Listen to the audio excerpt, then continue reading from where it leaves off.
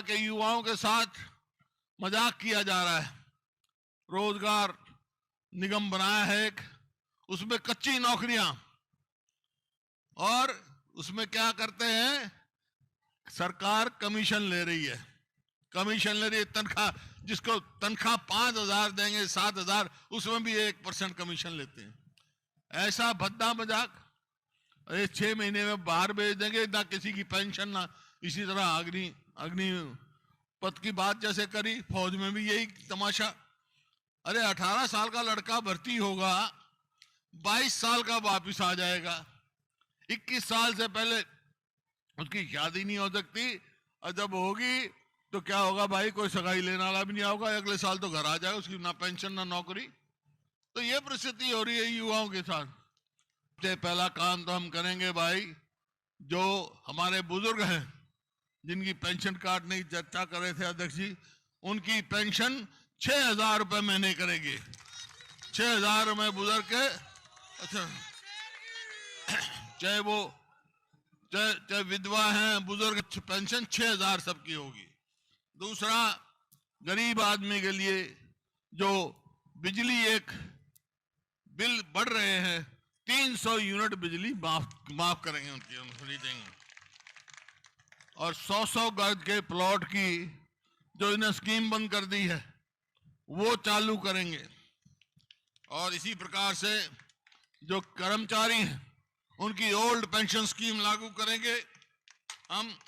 और जो हमारी बहन और माताएं बैठी हैं, ये सब आजकल जो रोटी जो है गैस से बनाती, चूल्हे तो रहे नहीं, अब गैस है। तो गैस जो 400 रुपए का भाव था हमारे समय में, आज 1150 है। तो हमारी सरकार आएगी तो 500 रुपए से ज्यादा गैस की कीमत। तो हरियाणा का नौजवान खोज रहा है, हरियाणा के नौजवान को चौराहे पे लाने का काम, बेरोजगारी की गिरफ्त में लेके जाने का काम किया है, तो आज इस सरकार ने किया है।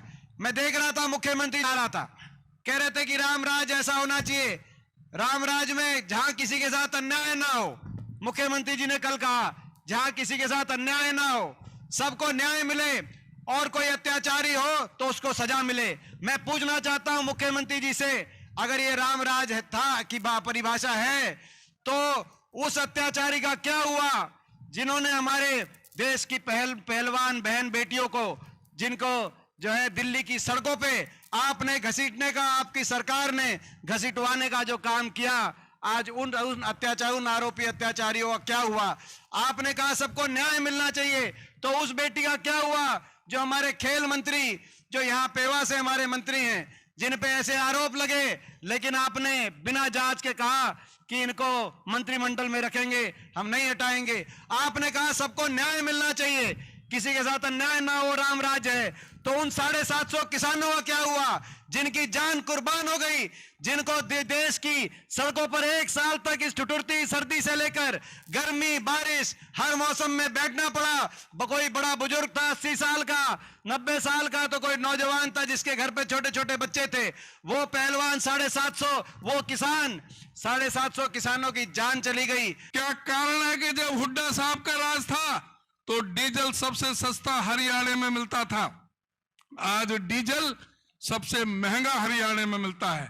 हुड्डा साहब 9% वैट लेते थे, खट्टर सरकार दुगना 18% वैट लेती है। इसके पीछे क्या कारण है, ये आपको देखना पड़ेगा। हुड्डा साहब के समय में और अब के समय में तुलना देखनी पड़ेगी। जब से हरियाणा बना 2014 तक 48 साल में 70,000 करोड़ का कर्जा इस प्रदेश में हुआ था। हुड्डा साहब ने 43,000 करोड़ रुपए बिजली के कारखानों पर लगाने का काम किया था। इस सरकार ने कोई काम नहीं किया और कर्जा आज हो गया 4.5 लाख करोड़ रुपए को कर्जा पार कर गया।